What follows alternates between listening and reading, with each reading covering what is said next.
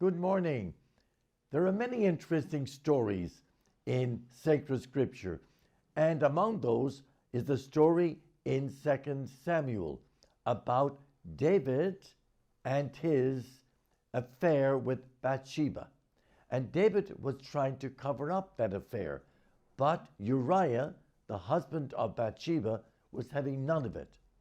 There is a lesson there for all of us, not about the misconduct, but about our tendency to cover up the truth in small ways or larger ways, kind of to brush over our tracks of life.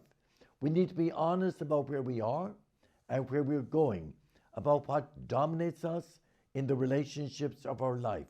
How loyal are we? How faithful am I? How do I treat God? Am I a little bit in and out with God or with my faith? And this is not a negative. This is just a beautiful reminder that God is God and our relationship with God should be first and foremost.